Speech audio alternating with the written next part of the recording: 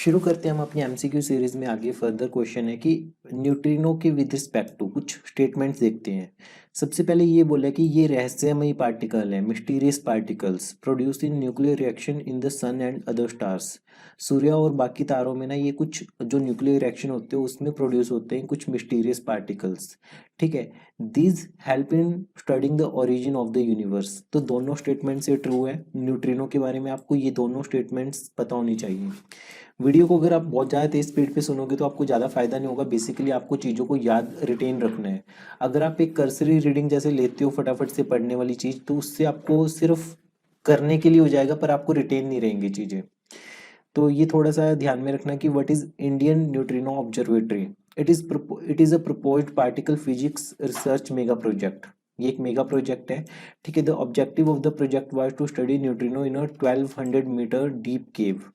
तो the project is propose to set up in the Pottipuram village in the Theni district in Tamil Nadu. Tamil Nadu में ये चीज setup होगी। ठीक है, तो ये चीज आपको ध्यान में रखनी है। नेक्स्ट, अगर डॉक्ट्रिन ऑफ लैप्स की बात की जाए तो सबसे पहले ये है कि ये एक नेक्सेशन पॉलिसी थी तो जो विलियम वेंटिंग ने शुरू की थी। Second, as per this any adopted son of the Indian ruler could not be proclaimed as the heir to the kingdom. तो मतलब कि कोई गोद लिया हुआ बच्चा Indian ruler could not be proclaimed heir to the kingdom, मतलब राज्य का वारिस नहीं बन सकता कोई गोद लिया हुआ बच्चा। तो सबसे पहली स्टेटमेंट गलत है, क्योंकि ये जो अडॉप्ट की थी ये किसने की थी? ये डलहौजी ने की थी। ये उसकी एनेक्सेशन पॉलिसी थी डलहौजी की। वो 1848 से 1856 तक इंडिया का गवर्नर जनरल रहा था। ठीक है, हुआ ये था कि जो रानी लक्ष्मीबाई थी उनकी शादी हुई थी गंगाधर राव नेवलकर से। ठीक है, जो महाराजा थे झांसी के। और बाद में उन्होंने सन अडॉप्ट किया, राव का जन सन। ठीक है, आनंद राव को अडॉप्ट किया। और बाद में जो राजा थे उनकी डेथ हो गई थी। और बाद में डलहौजी ने डॉक्ट्रिन ऑफ लैप्स का यूज करते हुए वो पूरा राज्य अपने हाथ में लेने की कोशिश की थी। ठीक है, तो due to doctrine of lapse Britishers did not accept Damodar Rao as the legal heir. तो उन्होंने लीगल हायर इसे नहीं एक्सेप्ट किया था। नेक्स्ट, अगर हम चंबल रिवर की बात करें तो चंबल रिवर आती है आपके दिमाग में क्या चीजें आ रही हैं कि गंगा की ट्रिब्यूटरी है, यमुना की ट्रिब्यूटरी है, किसकी है? Second, it originate at the, कहाँ पे ओरिजिनेट होती है? सिंगूर चोरी peak on a northern slopes of the Vindhya mountains. Vindhya mountains पे जो नॉर्दर्न स्लोप्स है वहां से ओरिजिनेट होती है। और ये राइट बैंक ट्रिब्यूटरी है गंगा रिवर की। तो ऑप्शन नंबर बी गलत है। ये बेसिकली आपकी यमुना रिवर की ट्रिब्यूटरी है। ठीक है, तो it is one of the tributary of the Yamuna river. तो ये ओरिजिनेट होती है। ठीक है, ये पॉइंट सही दिया हुआ है कि ये सिंगार चोरी पीक पे ओरिजिनेट होती है। मेजर डैम्स कौन से इसके ऊपर? गांधी सागर डैम याद रखना है, राणा प्रताप डैम याद रखना है, जवाहर सागर डैम याद रखना है। ये तीनों डैम्स आपको याद रखनी है। तो अगर हम देखें ये आपकी मेन गंगा रिवर फ्लो कर रही है। मेन गंगा रिवर में आपके पास यमुना रिवर यमुनोत्री से निकलती है, वो यहाँ पे जाके मिल रही है इलाहाबाद में। इलाहाबाद में गंगा और यमुना मिल रही है। ठीक है, और यमुना की ट्रिब्यूटरीज कौन सी है? चंबल, बेतवा, केन। तो ये सोन केन ये है, CSK से याद रखना, चंबल सोन बेतवा केन। तो ये सारी यमुना की ट्रिब्यूटरीज है। Then Kol tribe. तो कोल ट्राइब से रिलेटेड क्वेश्चन है ये आपके पास। They belong to Mongoloid ethnic group. ये मोनगोलोइड एथनिक ग्रुप से बिलोंग करते हैं। They celebrate an ancient agriculture festival called the Jwara festival. वो ज्वारा फेस्टिवल सेलिब्रेट करते हैं। तो ट्राइब्स की बात आई है तो आपको वीडियो को पॉज करके सोच के देखो कि आपको 4-5 ट्राइब्स कौन से याद आ रहे हैं, कौन से नहीं याद आ रहे, या कोल ट्राइब कहाँ से बिलोंग करते हैं। तो कोल ट्राइब बिलोंग करते हैं, ठीक है, प्रोटो ऑस्ट्रो ऑस्ट्रालॉइड स्ट्रेटम से। ठीक है, तो पहला ऑप्शन गलत हो गया। ये मध्य प्रदेश की जो नॉर्दर्न डिस्ट्रिक्ट है वहां से बिलोंग करते हैं। ठीक है, कुछ कोल पॉपुलेशन आपको उड़ीसा और महाराष्ट्र में भी देखने को मिलेगी। The Kol speak local dialects of the Hindi. वो हिंदी की लोकल बोलियां बोलते हैं and use the Devanagari script, और देवनागरी स्क्रिप्ट का यूज करते हैं। जवारा फेस्टिवल इन्हीं का ही होता है। तो स्टेटमेंट 2 करेक्ट है बिल्कुल। तो कॉल के बारे में आपको ये 2 से 3 पॉइंट्स आपको पता होने चाहिए कि मध्य प्रदेश में होते हैं और ये ऑस्ट्रेलॉइड एथनिक स्ट्रेटम से बिलोंग करते हैं। जवारा फेस्टिवल इनका होते हैं। फिर है फाइनेंशियल एक्शन टास्क फोर्स से रिलेटेड, FATF। ये बना कब था, इसका बर्थडे कब सेलिब्रेट किया जाता है, इंडिया और चीना इसके मेंबर्स है या नहीं है। ठीक है, ये इंटरगवर्नमेंटल बॉडी है aiming to combat money laundering and terrorist financing. तो देखते हैं, ऑप्शन नंबर 1 ट्रू है इसमें। बेसिकली ये इंटरगवर्नमेंटल पॉलिसी मेकिंग और स्टैंडर्ड सेटिंग बॉडी है, ठीक है, मनी लॉन्ड्रिंग और टेररिस्ट फाइनेंसिंग से लड़ने के लिए। 1989 में ये जीएस समिट के दौरान बनाई गई थी, ठीक है। इसका हेडक्वार्टर पेरिस में है। इसके 39 मेंबर्स हैं, इंडिया भी है और चाइना भी है। उसके अलावा ये ग्रे लिस्ट और ब्लैक लिस्ट निकलती है। इंडिया जो इसका मेंबर बना वो 2010 में बना। कब बना? 2010 में बना इंडिया इसका मेंबर। तो ब्लैक लिस्ट का मतलब कि क्या है कि नॉन कोऑपरेटिव कंट्रीज, जो कोऑपरेट करती नहीं है, ठीक है, ये टेरर फंडिंग और मनी लॉन्ड्रिंग एक्टिविटीज में इन्वॉल्व रहती है। और ग्रे लिस्ट में क्या है कि जो स्वर्ग है, किसके लिए? टेरर फंडिंग और मनी लॉन्ड्रिंग के लिए जो कंट्रीज स्वर्ग का काम करती है उन्हें बोलते हैं ग्रे लिस्ट में, ठीक है। 3 कंट्रीज है जैसे नॉर्थ कोरिया, ईरान और म्यांमार, ये एफएटीएफ की ब्लैक लिस्ट में है, ये एफएटीएफ की ब्लैक लिस्ट में है। नेक्स्ट है इंटरनेशनल इंटेलेक्चुअल प्रॉपर्टी इंडेक्स। ये एक सूचकांक है। International intellectual property index is an annual report release by which one of the following organisation. कौन इन्हें इस रिपोर्ट को पब्लिश करते हैं? तो वीडियो को पॉज करके आप सोच के देखो कि इनमें से कौन सा ऑप्शन आप मार्क करोगे। डब्ल्यूटीओ, विपो, World Intellectual Property Organization, World Economic Forum, US Chamber of Commerce. तो इसका आंसर है डी। तो इसमें आप कुछ नहीं कर सकते हो, अगर आपको याद है तो ठीक है, नहीं तो आप छोड़िए। US Chamber of Commerce. Then Himalayan griffon, griffon बोल लीजिए आप। Consider the following statement, it is mainly found along the Himalaya and the adjoining Tibetan plateau. ये हिमालय और तिब्बत के पठार के आसपास मिलते हैं। इट इज नियर थ्रेटन्ड, ये बस अभी नियर थ्रेटन्ड स्पीशीज है, ठीक है। मोस्टली नियर थ्रेटन्ड कभी न्यूज में रहती नहीं है। वल्नरेबल, एंडेंजर्ड, क्रिटिकल एंडेंजर्ड, ये वाली ज्यादा रहती है। तो सबसे पहले हिमालयन ग्रिफन है क्या? ये हिमालय का ना वल्चर है। जो हिमालय में वल्चर होता है कि जो नेचुरली जो लैंड है उसकी सफाई करते हैं, ठीक है। तो ये it is an old world vulture in the family, जो भी ये फैमिली है, it is one of the 2 largest world vulture and true raptors, ठीक है। द स्पीशीज, ठीक है, पहली स्टेटमेंट की फाउंड होती है हिमालय और तिब्बतन प्लेटो के ऊपर, ठीक है, और ये नियर थ्रेटन्ड है। तो दोनों ऑप्शंस ट्रू थे, ठीक है। उसके बाद ये है हिमालयन वल्चर जो था। उसके बाद है international financial service centre authority, IFSCA। फिर से पढ़िए, international financial service centre authority. Video को पॉज करके आप सोचिए कि ये किससे बिलोंग करते हैं। तो ये बिलोंग करते हैं गिफ्ट सिटी से, ठीक है। ये एस्टेब्लिश होती है बाय द सेबी, ठीक है। देन सेकंड स्टेटमेंट है all member of this authority will have a term of the 5 year. इनका जो टर्म होगा वो 5 ईयर होगा और इन्हें सेबी वो करेगी। तो दोनों ही स्टेटमेंट्स गलत है। 3 ईयर का टाइम पीरियड होता है और एक स्टैट्यूटरी, मतलब कि एक कानून के थ्रू ये एस्टेब्लिश होते हैं। तो सबसे पहले देखते हैं कि Gujarat international finance tech city, gift city बोलते हैं।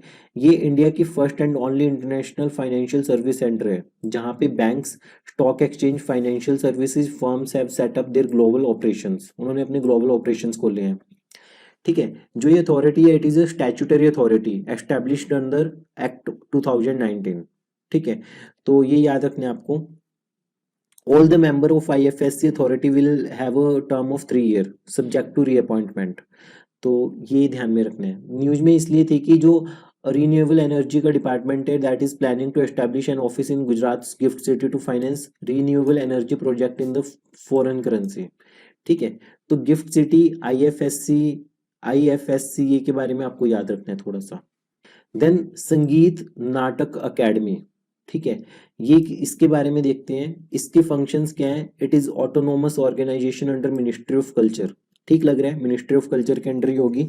Then it is registered under societies registration act. दोनों स्टेटमेंट्स इसके ट्रू है, ठीक है। उसके बाद नागालैंड शॉल्स के बारे में स्टेटमेंट्स है आपके पास। Nagaland shawl, they are made from the locally source material such as cotton, silk and wool. वो कॉटन, सिल्क और वूल से बने होते हैं।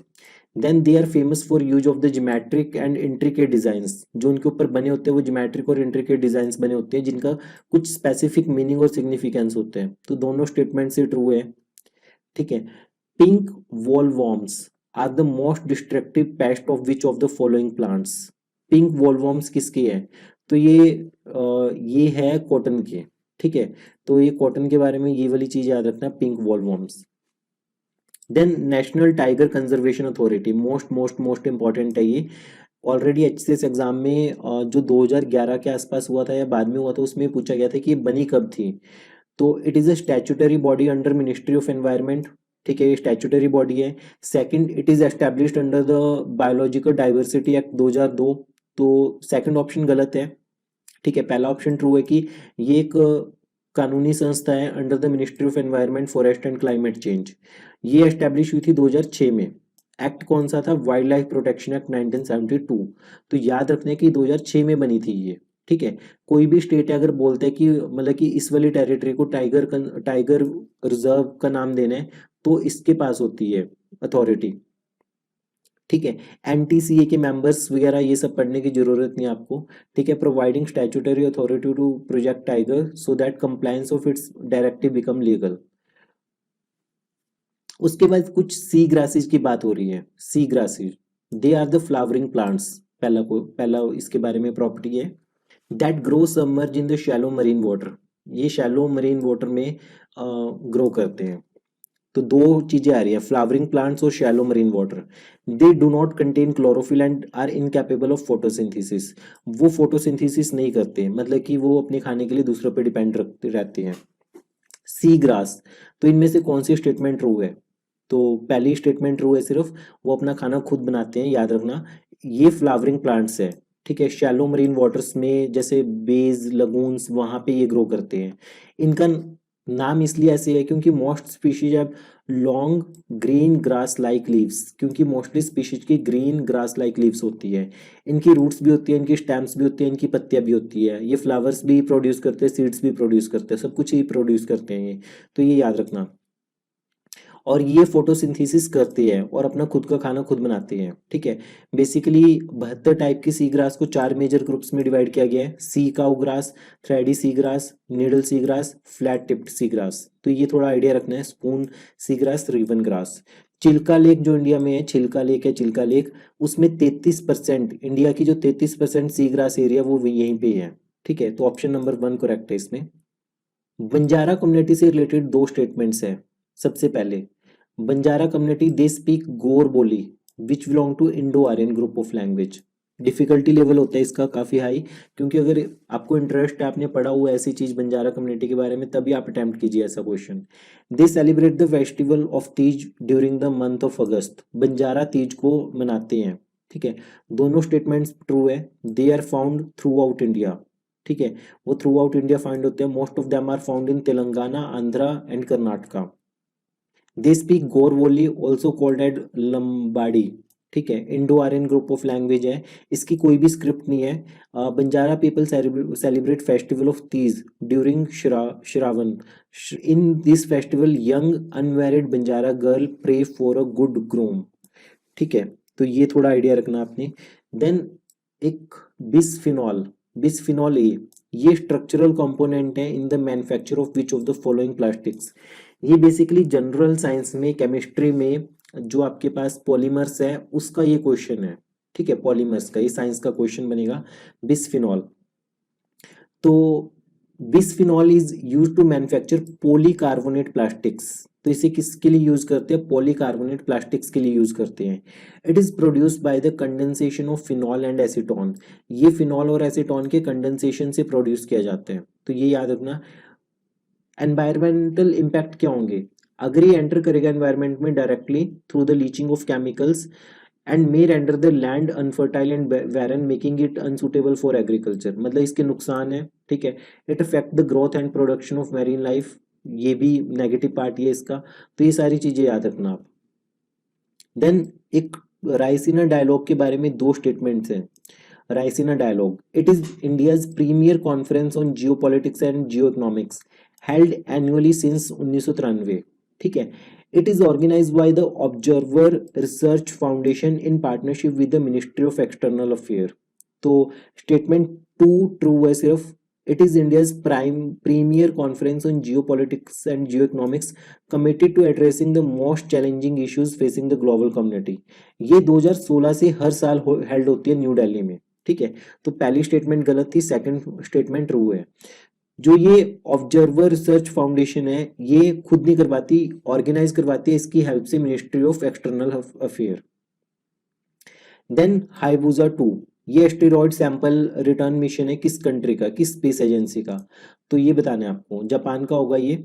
Japanese spacecraft that studied the asteroid ryugu, asteroid को स्टडी करने के लिए ryugu को कुछ सैंपल्स कलेक्ट किए, वापिस उन्हें अर्थ पे लेके आ गए एनालिसिस के लिए, ठीक है।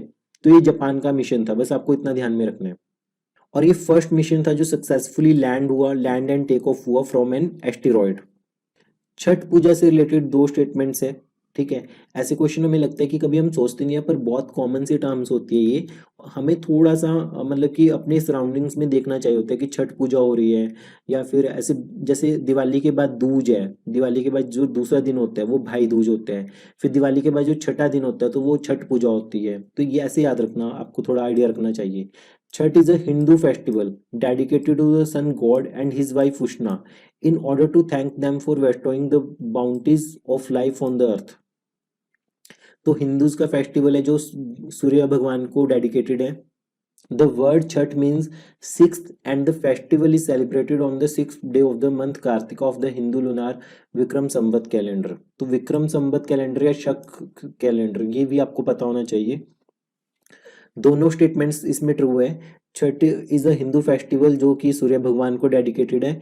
छठ का मतलब क्या होता है, छठ का मतलब होता है सिक्स्थ, ठीक है। And the festival is celebrated on the sixth day of the month Kartika on the Hindu lunar Vikram Samvat calendar. तो the festival is observed over a period of the 4 days। The ritual include holy bathing, fasting, standing in water for the long period of time. ये सब चीजें हैं। तो ये basically Bihar में, झारखंड में, UP में, नेपाल में, Mithila province of Nepal, Terai Madhesh region Nepal में, यहाँ सब में, और जहाँ जहाँ पे भी माइग्रेंट्स है ना वहाँ सब ये वाला फेस्टिवल मनाए जाते हैं। नीलगिरी ताहार की बात करें, नीलगिरी ताहार तो ये वेस्टर्न घाट्स में एंडेमिक है, मतलब कि मोस्टली वहीं पे मिलती है। It is vulnerable under IUCN red list of the threatened species. ये लिस्टेड है vulnerable under IUCN red list.